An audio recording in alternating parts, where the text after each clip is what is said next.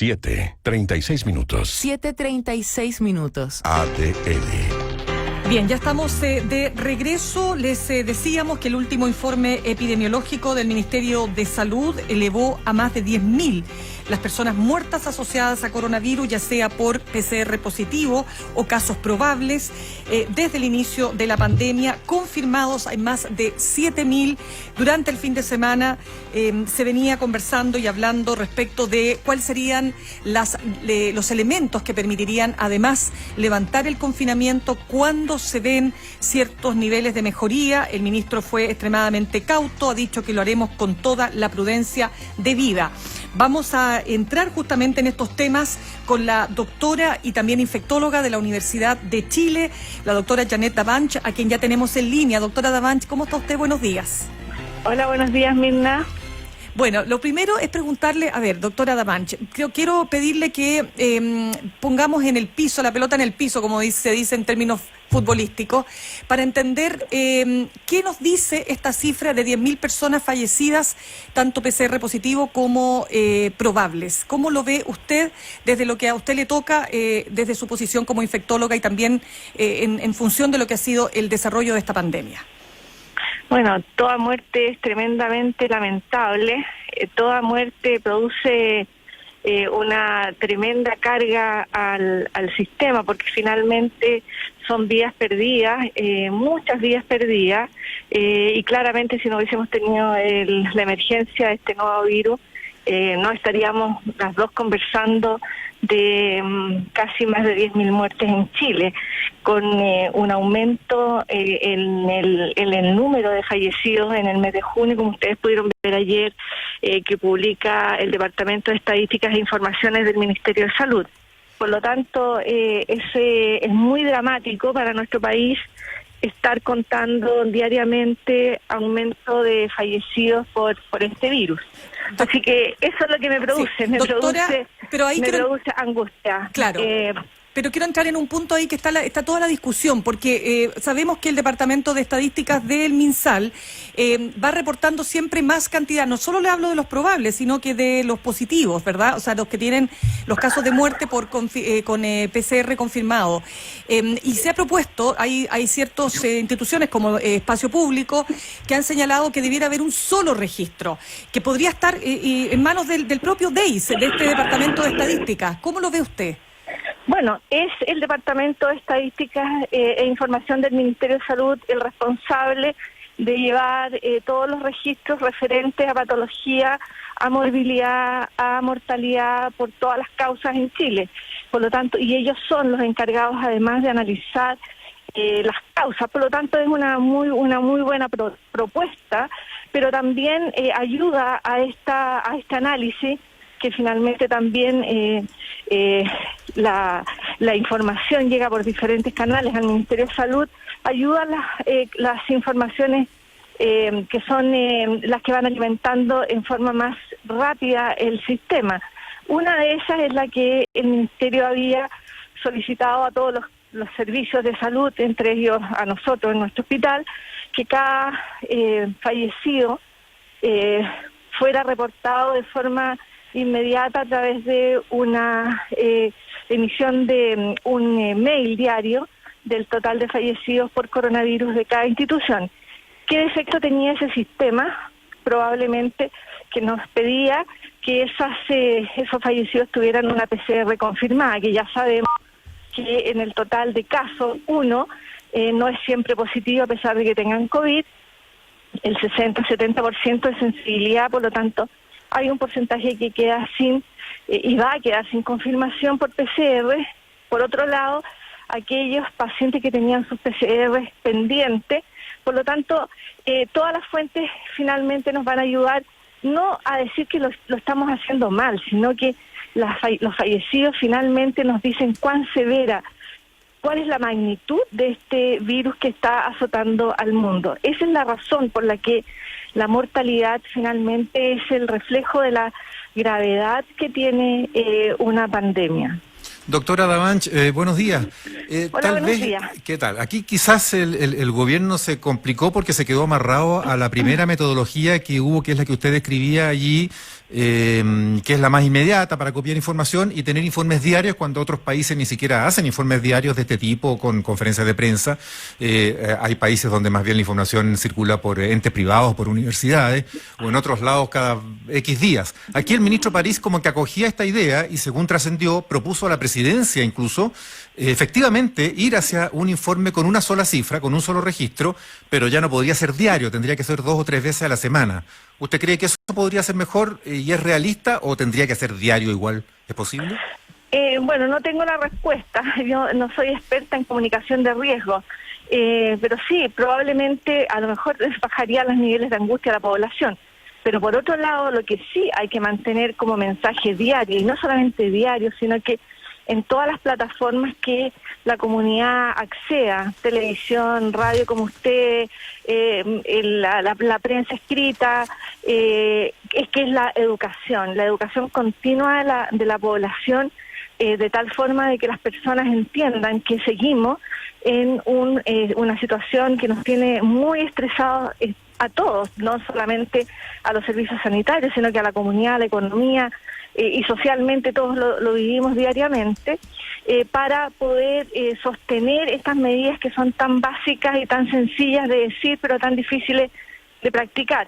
Yo estaría muy de acuerdo, porque significa que los equipos que tienen que generar el informe trabajan de forma muy intensa. Probablemente ese trabajo podría dedicarse a la trazabilidad o a otro tipo de actividades que también son necesarias desde el punto de vista de cifras en esta epidemia, y concentrarnos diariamente en el mensaje educativo a la población. Sí, creo que podría ser una muy buena estrategia. Ya, porque esto va a la par de lo que usted ahora ahí mismo está mencionando, que es el combate y el control de la expansión del virus. Y ahí tenemos un panorama en el último informe epidemiológico súper disparejo, porque si bien en una buena parte de las comunas metropolitanas hay esa leve mejoría, o claros signos de que al menos no siguió la escalada, porque digámoslo así tal vez, hay otras comunas, y justamente algunas de las más pobres, que son las que han tenido unas disparadas bien difíciles de controlar.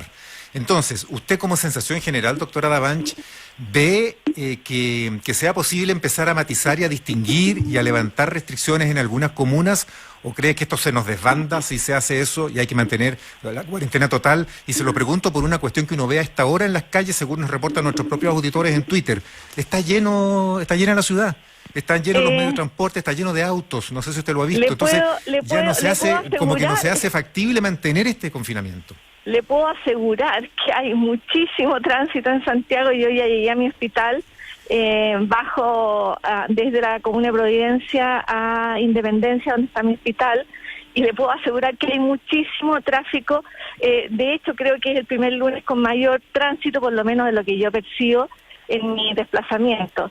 Estoy completamente de acuerdo, pero sin embargo le recuerdo que el comité experto ha sido bastante claro en cuáles serían aquellos criterios necesarios para empezar a descalar algunas restricciones, restricciones que claramente no estamos cumpliendo. De eso yo me sumo a esa apreciación, pero el descalamiento de las medidas no pueden ser segmentadas. Yo creo que ahí el comité asesor es bastante categórico, porque finalmente el virus no conoce los límites de las comunas, es tremendamente poroso. Creo que lo conversamos en más de alguna oportunidad con ustedes, que sencillamente el virus se desplaza con las personas, y si yo veo el desplazamiento que tenemos hoy día en Santiago y que ha estado presente durante todo este cuarentenamiento, con una cantidad enorme de permisos que las personas piden, incluso yo creo que algunas sin tener conocimiento claro del riesgo, sin tener claro que falsean los datos. Por lo tanto, veo difícil, yo no soy experta, pero veo muy difícil desconfinar, levantar limitaciones de forma parcelada, tal como se instalaron las restricciones cuando se instalaron las cuarentenas, que fueron parceladas y que finalmente nos llevan a tener las cifras que tenemos hoy.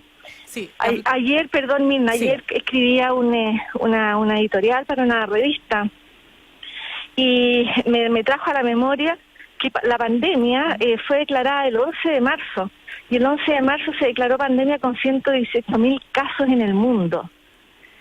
Y veía las cifras de ayer del reporte del MinSal con casi 300.000 casos en Chile, por lo tanto, el impacto de esto es enorme. Sí, completamente de acuerdo. Estamos conversando hasta ahora con la doctora Janet Davanch, infectóloga de la Universidad de Chile. Doctora Davanch, para hablar de desconfinamiento, naturalmente tienen que haber cifras que acompañen. Y yo quisiera preguntarle, ¿qué tan buenas son estas cifras cuando dicen que hemos disminuido los casos confirmados en un 22% en la última semana, en un 29% en los últimos 14 días, en que ha bajado la positividad? Pero ¿cuándo, para que nos explique bien, debiéramos estar ya considerando un desconfinamiento con cifras realmente buenas? ¿Cuándo hablamos de cifras buenas? Bueno, nuestro país tiene estadísticas y vigilancia epidemiológica muy buena, no, eso sin lugar a dudas es un tremendo esfuerzo que se ha hecho por años, por lo tanto la vigilancia epidemiológica en Chile es una herramienta muy adecuada para tomar las decisiones, y claramente uno tiene que tener muy buenos datos para tomar decisiones que impactan tanto en toda la sociedad.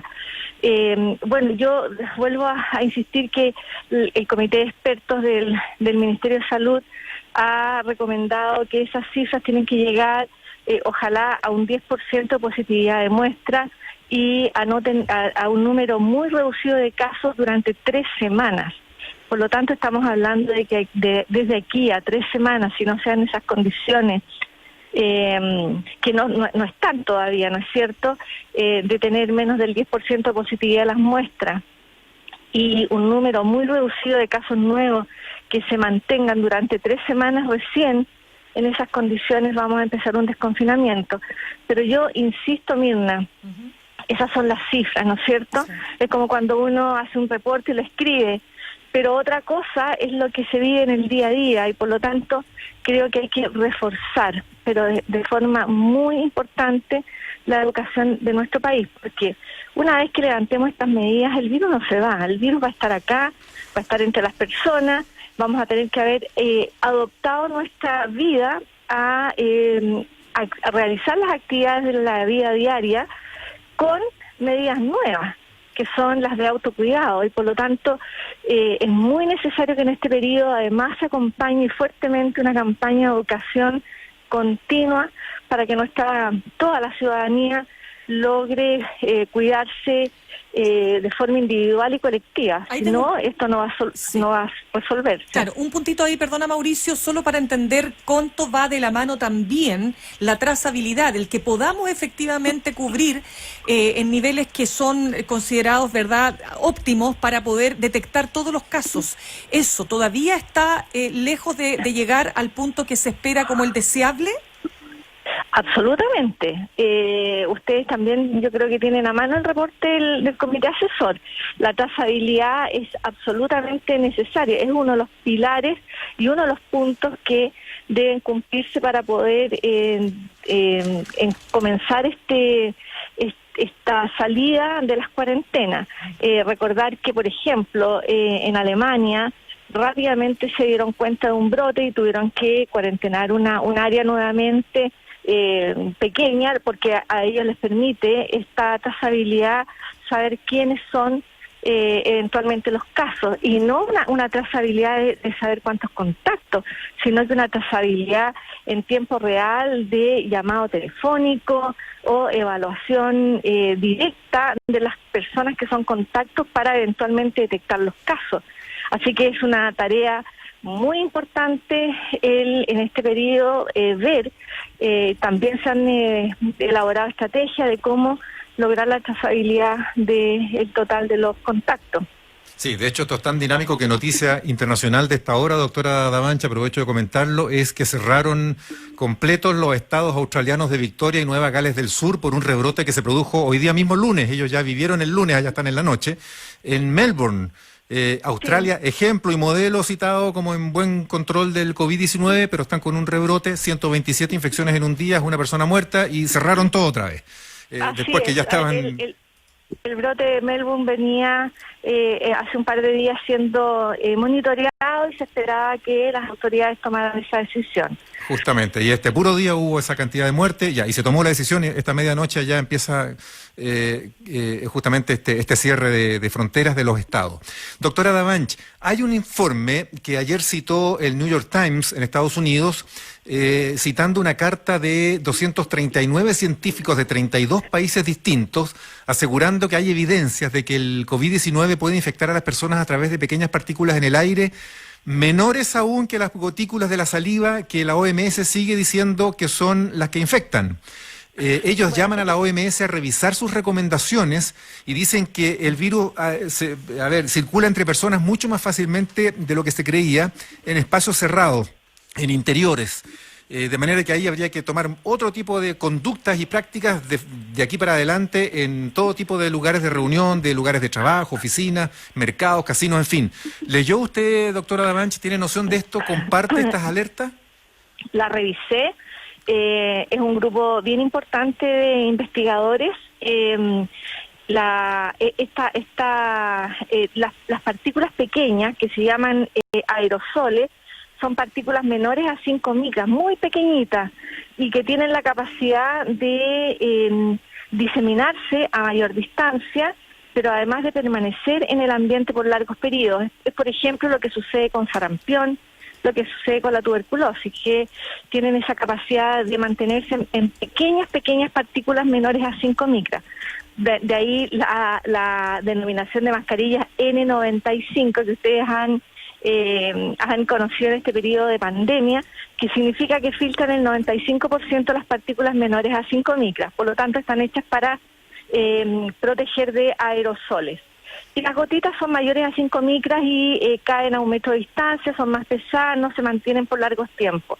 Esta postura de la posibilidad de que genere aerosoles o que se transmita por aerosoles ya viene siendo planteada desde hace varios meses por algunos científicos. Hubo una publicación importante en una revista internacional muy destacada del mundo médico, que es el New England Journal of Medicine, y claro, es posible, y de hecho esto explicaría, por ejemplo, la amplificación de los brotes en lugares cerrados como son los domicilios, hoteles. No sé si recuerdan el famoso brote en el crucero, ¿no es cierto? Uno dice, están en el medio del mar y tuvieron una tasa o un riesgo de enfermar enorme las personas que estaban en el crucero, con incluso lamentablemente con fallecidos.